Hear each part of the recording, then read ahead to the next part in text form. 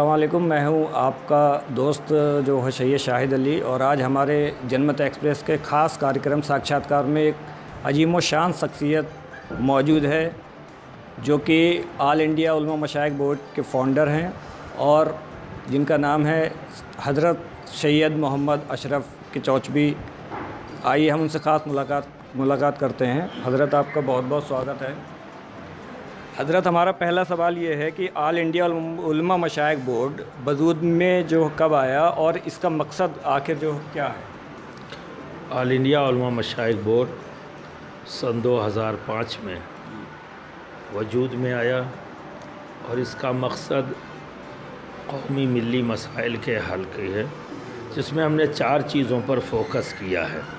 अपनी कौम और अपने मिलत की 4 ज़रूरतों पर: इल्मी ज़रूरत, रूहानी ज़रूरत, समाजी ज़रूरत और सियासी ज़रूरत। ऑल इंडिया उलमा मशाइख बोर्ड का इन्हीं 4 चीज़ों पर फोकस है और इन्हीं 4 फील्ड में वो कोशिश कर रही है और एक चेंज लाने की, तब्दीली लाने की कोशिशें उसकी जारी और सारी हैं। दिल्ली में वर्ल्ड सूफी सम्मेलन की कामयाबी के बाद में अब आगे की प्लानिंग जो क्या है? देखिए, ये सिलसिला 2010 से शुरू हुआ। सबसे पहली कॉन्फ्रेंस हमने मुरादाबाद में किया कमिश्नरी लेवल पर। हमारा मंसूबा है हिंदुस्तान के अंदर कमिश्नरी लेवल पर, जिस तरह से हमने पीछे मुरादाबाद में, बीकानेर में, भागलपुर में, अमेठी में किया और एटलास में लखनऊ, वहाँ दिल्ली तक 2016 इंटरनेशनल सूफ़ी कॉन्फ्रेंस किया। तो वर्ल्ड सूफ़ी फोरम जो है, ये हमारी इंटरनेशनल ऑर्गेनाइजेशन है जिसका पहला फंक्शन इंटरनेशनल सूफ़ी की शक्ल में, सूफ़ी कॉन्फ्रेंस की शक्ल में दिल्ली में हुआ और हमारी कोशिशें जारी है। अभी हमारी कई जगह मॉरिशस में बातचीत चल रही है, रशिया में बातचीत चल रही है, कहीं पर भी नेक्स्ट वर्ल्ड सूफ़ी फोरम हो सकता है। और इंडिया के अंदर सुन्नी कॉन्फ्रेंस और सूफ़ी कॉन्फ्रेंस के नाम से ये कमिश्नरी लेवल पर हम करते रहे हैं और आगे भी इंशाअल्लाह तबारक तआला इलेक्शन के बाद फिर हम प्लान करेंगे, क्योंकि हमको मौसम के भी सपोर्ट की ज़रूरत पड़ती है। तो इसलिए हम इस तरह का प्रोग्राम अक्टूबर से लेकर दिसंबर तक और उसके बाद फिर फरवरी से लेकर मार्च तक ही कर पाते हैं। हज़रत, ये सवाल मेरा खानकाहों से ताल्लुक़ रखता है।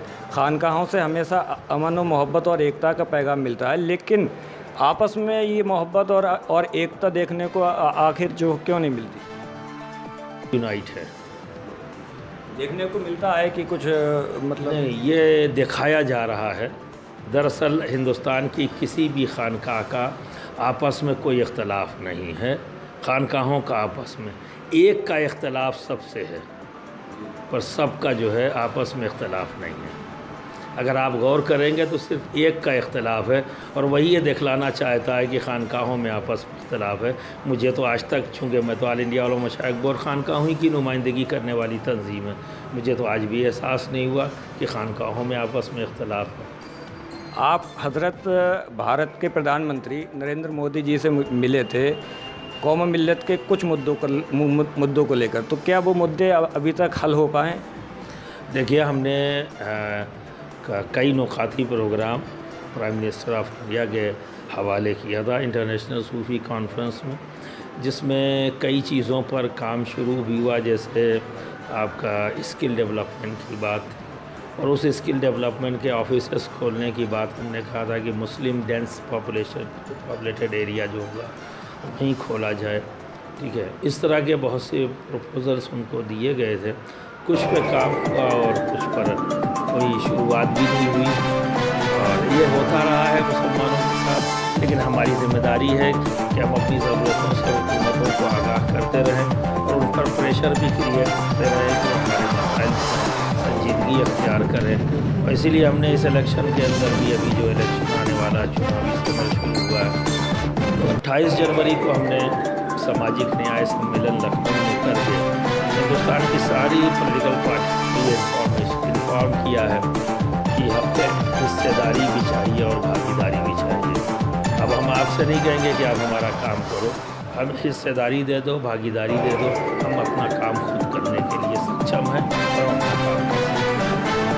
तो हज़रत, मुसलमानों के आरक्षण आरक्षण की तरफदारी में आप हैं कि हिंदुस्तान के मुसलमानों को आरक्षण मिलना मिलना चाहिए? देखिए, मौजूदा सिचुएशन के मुताबिक हमने देखा है कि हिंदुस्तान में वो कौमें जो बहुत पिछड़ी थीं और जिन्हें समाज से काट दिया गया था और उनको मेन स्ट्रीम से बहुत दूर कर दिया गया था, लेकिन जब हम उनको देखते हैं आज तरक्की याफ्ता शक्ल में देख रहे हैं, आज उनके पास IAS IPS डॉक्टर इंजीनियर की कोई कमी नहीं है, तो जब उस रीज़निंग की तरफ हम देखते हैं तो उसमें कहीं ना कहीं आरक्षण का रोल नज़र आता है।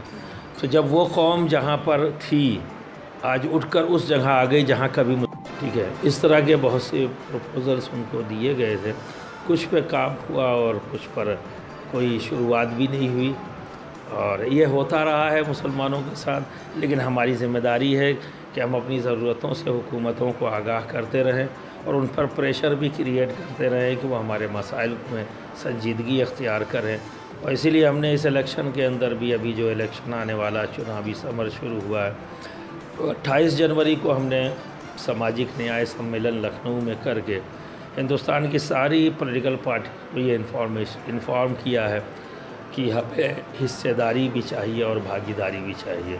अब हम आपसे नहीं कहेंगे कि आप हमारा काम करो, हमें हिस्सेदारी दे दो, भागीदारी दे दो, हम अपना काम खुद करने के लिए सक्षम हैं और हम अपना काम कर सकते हैं। तो हज़रत, मुसलमानों के आरक्षण की तरफदारी में आप हैं कि हिंदुस्तान के मुसलमानों को आरक्षण मिलना जो चाहिए?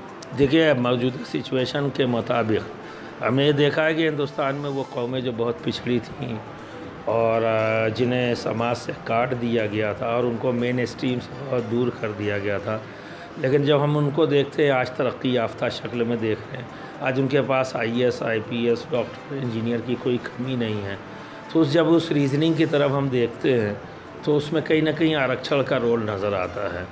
तो जब वो कौम जहाँ पर थी आज उठकर उस जगह आ गई जहाँ कभी मुसलमान हुआ करता था और आज हमारी कौम उस जगह पहुँच गई जहाँ वो कौम हुआ करती थी, तो लामोहला हमें भी अगर तरक्की करना है तो हमें भी एक सपोर्ट की ज़रूरत है।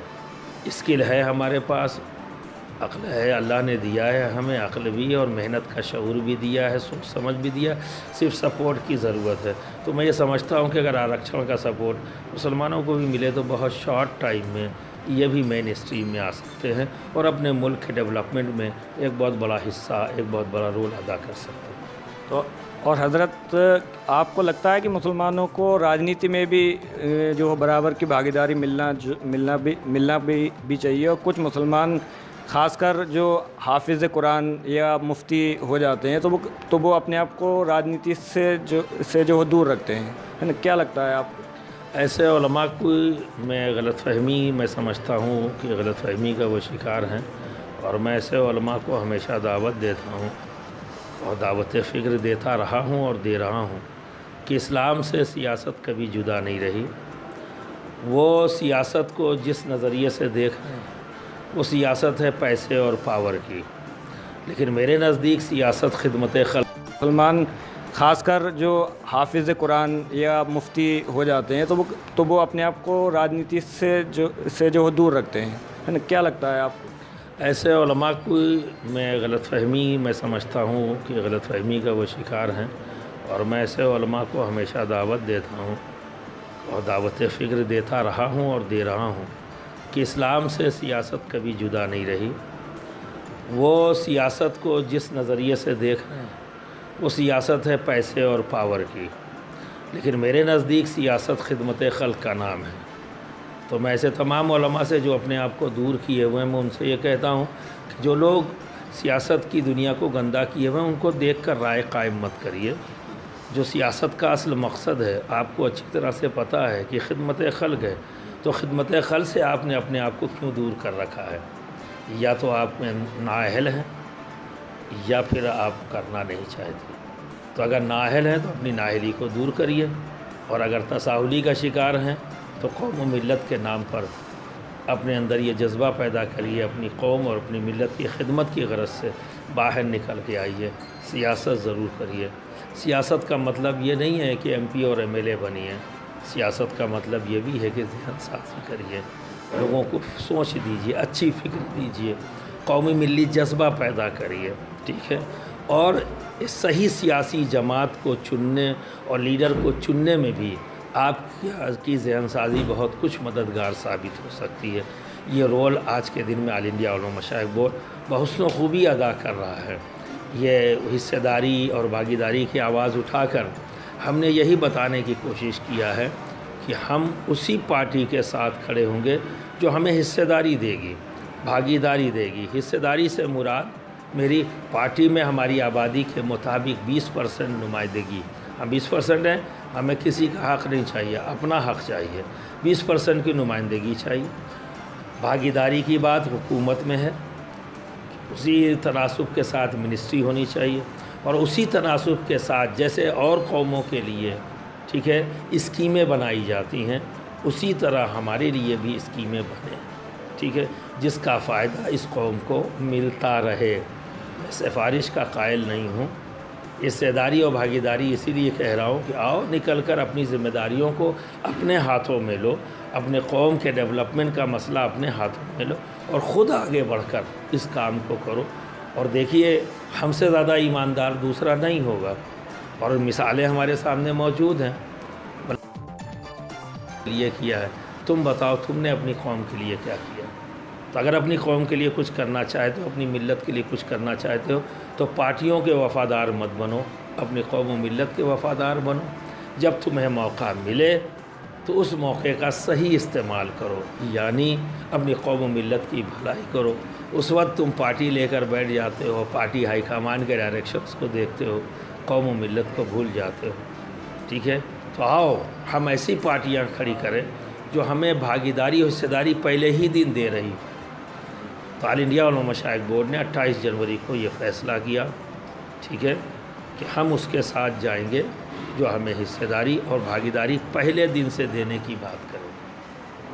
तो हज़रत मेरा एक सवाल ये है कि लखनऊ में जो मीटिंग हुई थी उसके बाद किसी भी राजनीतिक जो पार्टी ने ऑल इंडिया उलमा मशाइख बोर्ड से इस बात को लेकर क्या संपर्क में है कोई पार्टी? देखिए आज के दिन में सपा बसपा का गठबंधन जो कि अधूरा है मेरी नज़रिए से, चूँकि ये सत्ता का गठबंधन है, किसी की भलाई और किसी के डेवलपमेंट का गठबंधन नहीं है, अपने ज़ाती फ़ायदे का गठबंधन है, पावर और पैसा हासिल करने का गठबंधन है। उसमें हम कहीं वजूद में नहीं। जब पहले दिन नहीं तो बाद में वो क्यों आएंगे? उन्हें लगता है कि हमने गठबंधन कर लिया और मुसलमान मजबूर है, वो कहाँ जाएगा, हमें वोट देगा, ठीक है ना। तो मैं गठबंधन के तमाम ज़िम्मेदारों से ये कहना चाहूँगा आपके माध्यम से, मुसलमान मजबूर नहीं है, ठीक है। इसे मजबूर समझकर आपने बहुत बड़ी गलती किया है। रिज़ल्ट आपको बताएगा कि हम मजबूर हैं या आप मजबूर हैं। इसी तरह कांग्रेस है, वो हमें डरा रही है, भाजपा आ जाएगी, भाजपा आ जाएगी। जितनी सो कॉल्ड सेकुलर पार्टीज़ हैं वो हमारे डेवलपमेंट की बात नहीं कर रही हैं, भाजपा आ जाएगी ये बात करें। हमको खौफ से, हमें खौफ दिलाकर वोट हासिल करना। तो जब नीयति अभी भी यही है कि साहब हमें इनसे खौफ दिलाकर तो हमारे डेवलपमेंट और हमारे फ़ायदे और हमारी तरक्की का क्या ये सोचेंगे, ठीक है। तो इसमें हमारे पास जो है शिवपाल यादव, ये उस प्रोग्राम में भी आए और वहाँ भी इन्होंने ऐलान किया और बाद में भी ये हमेशा आप जी यही कहते चले आ रहे हैं कि यह पार्टी आपकी है, 20% की नुमाइंदगी हमारी पार्टी में आपकी है और ये हमारी नहीं आपकी पार्टी है, ठीक है। अब लोग ये सोचते हैं कि ये छोटी पार्टी है, तो मेरा नज़रिया अलग है। मेरा नज़रिया ये है कि हम जिसके साथ जुड़ जाएंगे वो पार्टी बड़ी हो जाती है। नेशनल लेवल की पार्टी कांग्रेस है, 27 साल हो गया